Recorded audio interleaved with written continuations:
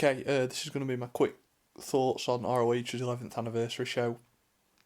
Took place on Saturday night from Chicago.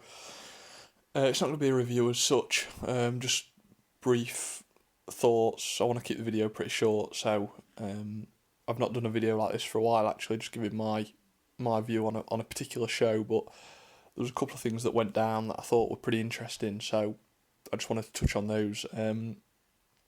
First of all, I didn't think the show was that great, I must say. I thought it was, most of the stuff on it was just good, nothing outstanding. I didn't think it was pay-per-view worthy, I must be honest. I thought, I don't know what it was, I don't know if it's just me, but there's something that, it just felt like it was missing something. I can't really put my finger on it, to be honest. It just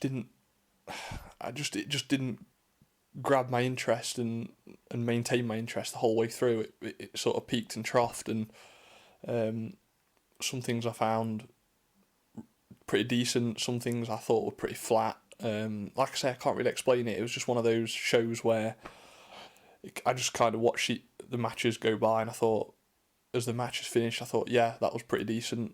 Then the next match would take place, it finished, and then I think exactly the same thing. Yeah, that was okay, it was pretty good. But what's next, sort of thing. And nothing really, match quality wise, I'm talking about, nothing really sort of stood out to me. But one thing that this show did give me was shocks, so that's always a bonus. One thing that it's really hard to do these days in professional wrestling is shock, and that's what Ring of Honor did at least 2 or 3 times on the same show, so kudos for that. But in terms of match quality, the overall show I thought was just good, and it's got to be better than that. If they're going to get gain new fans, expand their audience, it's got to be better than that. It's got to be great to sort of amazing level, in my opinion, especially the fact that they only have maybe 4 or 5 pay-per-views a year. I don't think it's too much to ask, but anyway, just a couple of things.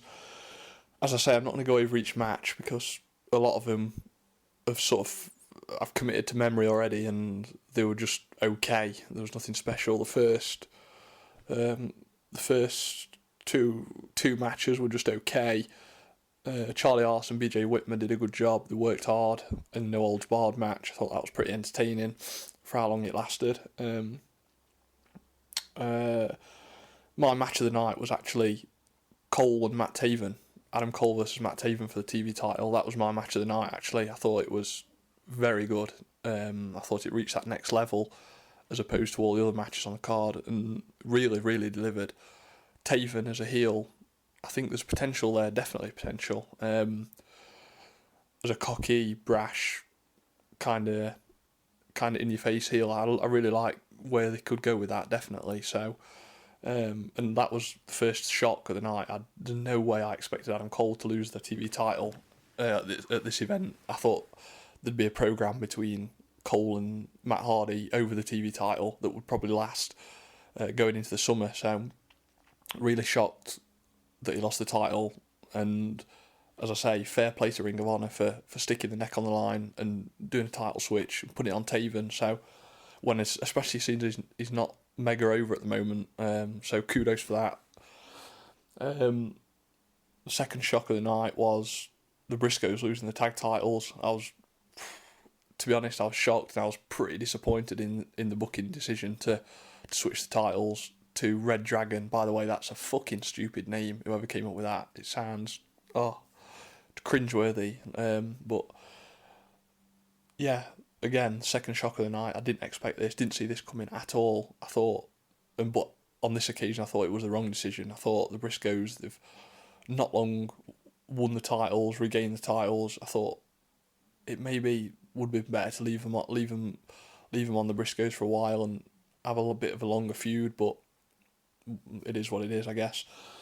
The American Wolves against Forever Hooligans, absolutely disappointed in that match, without a doubt. They billed it as a dream match, which it never was anyway in the first place, but it certainly didn't live up to that tag or anywhere near it. I thought it was pretty flat, pretty disappointing. certainly underwhelmed by it. And the main event, lastly, I thought it was the second best match of the night. I thought it was good. I didn't think it was great at all. I thought there was too much. It was turned into a bit of a clusterfuck towards the end. Constant run-ins, interference. It just felt, I don't know, it was lacking something. It was probably the most flat title match that Kevin Steen's been involved in, I would say. Either challenging for the belt or since he's won the belt to defend it.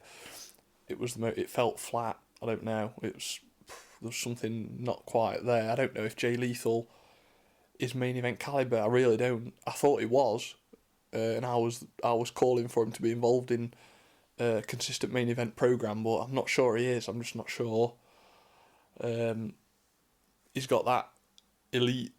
He belongs with the elite sort of level guys in ROH. I'm just not sure if he does or not. It'd be interesting to see where he goes from here. But I just want to touch on the expansion and the sort of hostile takeover by Scum at the end of the show. I thought that was fantastic.